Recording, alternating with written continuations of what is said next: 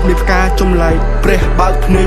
ក្រោយពីលោកផ្ទុំឆ្អែតធម្មជាតិគឺជាខ្នៃកាយឲ្យផុតពីថ្ងៃស្អែកតែថ្ងៃស្អែកមិនប្លែកឡើយមនុស្សទេជាអ្នកប្លែកចាប់ផ្ដើមពី1ម៉ែត្របែកទៅរាប់គីឡូចាប់ផ្ដើមពីដើរហែកចែកជិញរោបើសិនផាន់ដីសំបែតខ្ញុំសំដារហូតដល់ជើងមេឃវេករោគ snow លើដៃទូល sport ជូនទៅព្រះដែលមានពលឹងបើសិនជាកូនក្រមែនសុំឲ្យក្រទៅឆ្នាំនឹងអស់កម្លាំងនៅក្នុងខ្លួនក៏ក្នុងខ្លួនមិនអស់សង្ឃឹមបើអស់សង្ខារកន្លែងណាឲ្យគាត់កូនកន្លែងនឹងមានមុខមានទុកជីវិតគឺវាអញ្ចឹងឆ្លាក់ឆ្អឹងទៅទាំងកធ្វើម៉េចបកយើងអត់ទៅទាំងសពីមួយម៉ាត់គឺត្រូវប្រឹងកុំឲ្យជីវិតនៅជាប់កឹងស្រវេស្រវារគ្រប់ប្រឡោះបើសិនគេបោះចូលក្នុងបឹងច្រើនពេកបិទភ្នែកក៏នៅចាំតែមិនគិតច្រើនទេនឹងខ្លាចទៅជាសាមឲ្យយំកាន់តែច្រើនកាន់តែស្គាល់ទុកកម្មដូចអ្នកលំបាយធ្នេញដូចអ្នកលេងបាយថ្នាំ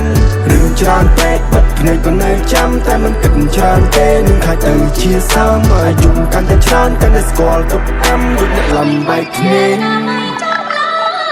ឃើញហើយផ្កានេះមានពឹសផ្កាចេះស៊ីមនុស្សធ្វើឲ្យវង្វេងទិសនៅហើយទុកគ្រឿងទាំងអស់នោះឲ្យរសាយទៅតាមខ្យល់ព្រោះរឿងខ្ញុំពិបាកស្រ័យជាងវិបត្តិសកលរាល់យប់ដេកលក់អង្គុយបឺតបារីជាមួយនឹងព្រះច័ន្ទនៃរូកំដររាត្រីធម្មជាតិព្រមព្រៀតរូកំដរព្រឹកព្រៃទឹករស់កំដរត្រីបើងាប់ជាជីកំដរដី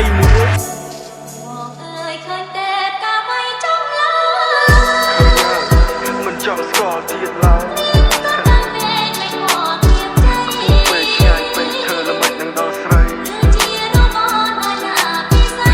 ជីវិតនៃខ្លួនឯងចំបែកបេះដូងនៃសាស្រីស្អិតមួយផ្អែមឆ្ងាញ់ដូចខ្ញុំ